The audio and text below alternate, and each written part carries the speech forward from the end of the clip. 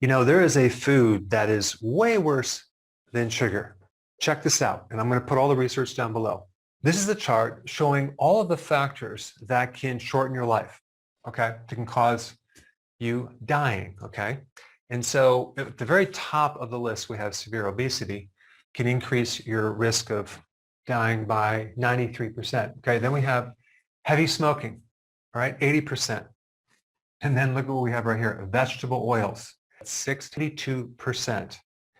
This is the one that is worse than sugar. Now, as we come down below vegetable oils, we have physical activity, which is 48%, then heavy drinking, 41%, moderate smoking, which is 30%, and only 13% for excessive sugar consumption. And then we have processed meat, 11%, air pollution, 11%, red meat, which I disagree with because they haven't done any studies comparing grass-fed versus grain-fed. And then sodium, which is 3%, which they haven't probably also compared relative ratios of potassium, okay? But I just wanted to show you this chart so you can see where vegetable oils are in relationship to everything else.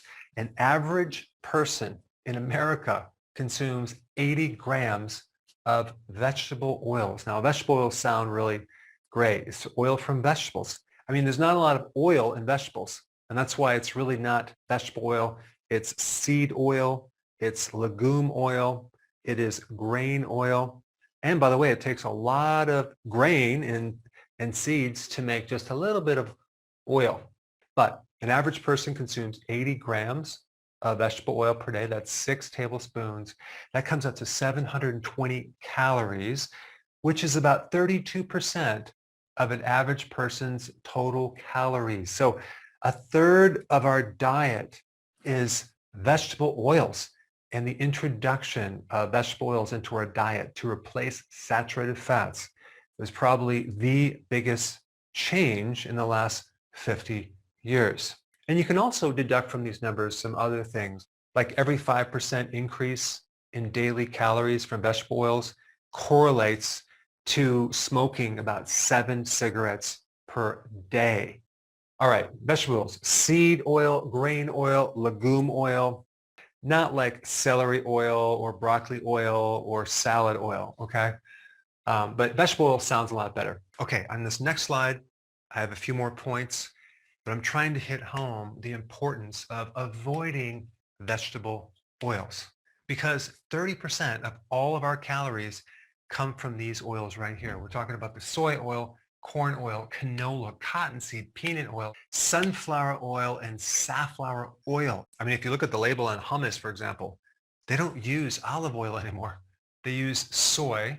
Sometimes they might use sunflower oil.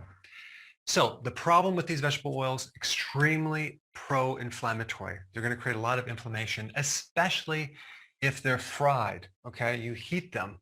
So you go to the restaurant, you get some hors d'oeuvres, they're usually fried with either corn oil, canola, or soy oil.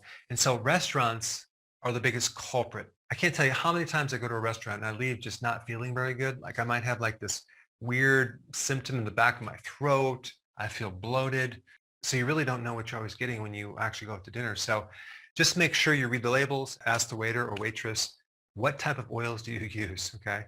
And just order basic things that you know they're not going to put the oil in because these things add up. 30% of the population in the US consume fast food on a daily basis. So you can only imagine how much omega-6 that's accumulating in their body and what it's doing to the arteries, what it's doing to the pancreas, what it's doing to their brain. In one interesting study, which I'll put down below, there was an increase by 62% death rate of all-cause mortality compared to consuming saturated fats. So there's been a huge push to get everyone away from saturated fats to the unsaturated fats, which is a huge, huge mistake. Saturated fats are very, very stable. With cooking, they can withstand high heats. You don't have the oxidation, the creating of the free radicals when you use saturated fats, especially when you're frying foods.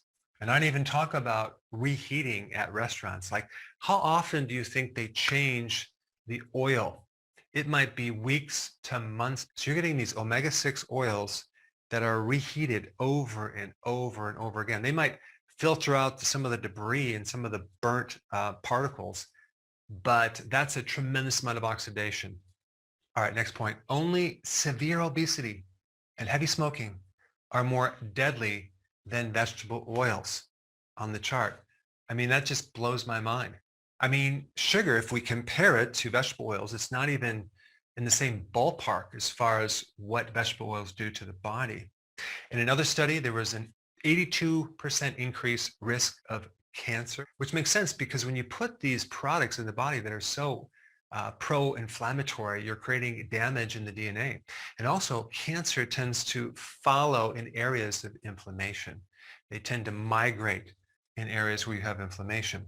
So only use olive oil, butter, ghee, lard, tallow, or coconut oil when you're cooking and in your food.